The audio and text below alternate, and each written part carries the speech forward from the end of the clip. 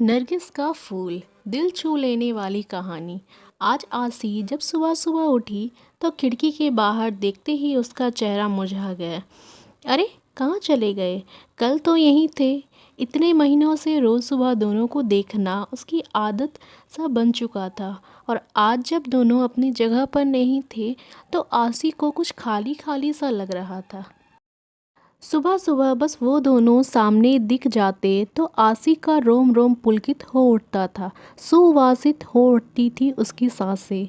मन एक अद्भुत खुशी महसूस करने लगता, और सबसे खास बात, इन सब का सकारात्मक प्रभाव पड़ता उसके मन मस्तिष्क पर, और कलम खुद ब खुद गीत लिखने लगती। पता नहीं क्या जादू था उन नरगिसी फूलों में। बस देखते ही मन मचल उठता। शायद असीम का असीम प्यार भरा था उसमें। आखिर उसी ने तो आसिम के जन्मदिन पर यह गमला उसे उपहार में दिया था, और फिर दोनों ने मिलकर उसमें नरगिसी फूल का यह पौधा लगाया था। देखो ना आसी, तुम्हारे लिए एक काम सौंप कर जा रहा हूँ। कल ही मुझे कंपनी के एक प्रोजेक्ट के लिए दुबई निकलना पड़ रहा है। बस 6 महीने की तो बात है, फिर आते ही झट मंगनी और पट ब्याह। बस तब तक तुम मेरी यादों को इस पौधे के संजोती रहना। असीम को आसी को बातों में उलझाना बड़े अच्छे से आता था। असीम बेशक चला गया था, लेकिन आसी हर रोज़ बड़े अरमानों से उस पौधे को सींचती रही। आसी की खुशी का उस वक्त ठिकाना नहीं था जब वह एक रोज़ सुबह उठी और उसने पौधे पर 2 फूल खिले हुए देखे, पीले रंग के। दोनों फूल बिल्कुल एक दूसरे से जुड़े हुए थे, आसी और असीम की तरह। आसी रोज़ उन फूलों को निहारती रहती और असीम को याद करती।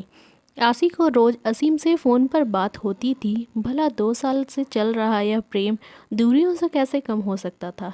इसी प्रेम की शक्ति ने तो उनसे क्या से क्या बना दिया था। कभी किसी को चिट्ठी पत्री में 2 अक्षर ना लिखने वाली आसी की कलम आज अनवरत चलने लगी थी।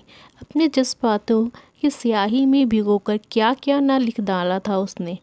तेरे एहसास में खुद को ऐसे फना कर दिया हमने, ज़िंदगी बाकी ना बची, न तेरे साथ न तेरे बाद। पता नहीं कैसे एहसास थे जो दिल से निकलकर पत्रों पर बिखरते रहते थे। जब भी मन होता आसी उन नरगिस के फूलों को निहारती हुई खिड़की के पास कागज़ कलम लेकर बैठ जाती। माँ जब डांटना शुरू कर देती तब आसी सुध पड़ती कि कुछ खाना भी है और घर का काम काज भी देखना है। पता नहीं पिछले कुछ दिनों से क्या हो गया था उसे। पतझड़ का मौसम आ गया था, फूल मुरझाने लगे थे। माली से पूछ कर खाद पानी भी डाला, असीम को फ़ोन पर बताया तो वह भी पहले खूब हंसा, फिर बोला पतझड़ बीत जाने दो, सब कुछ ठीक हो जाएगा। आसी फिर भी आश्वस्त नहीं हो पा रही थी। अब तो बसंत की बहार भी छाने लगी थी, चारों तरफ एक मीठी बयार बहने लगी थी, लेकिन फिर भी आसी को कुछ सही नहीं लग रहा था। आज भी उन फूलों को देखे बिना बेचैनी बढ़ रही थी। आसी कागज़ कलम फेंक कर बाहर आ गई थी और गमले के आसपास ही चहलकदमी करने लगी। कुछ समझ नहीं आ रहा था कि क्या हो रहा है। इसी सोच में उसे यह भी ध्यान नहीं रहा कि काफ़ी देर से बाहर की घंटी बज रही है। आसी, कहाँ खोई हुई हो? दरवाजे पर कब से घंटी बज रही है, ध्यान कहाँ है? माँ ने दरवाजे की ओर जाती हुई पूछा। इससे पहले कि आसी संभल पाती, दरवाजे पर असीम खड़ा था, मुस्कुराते हुए, हाथों में नरगिसी फूल लिए।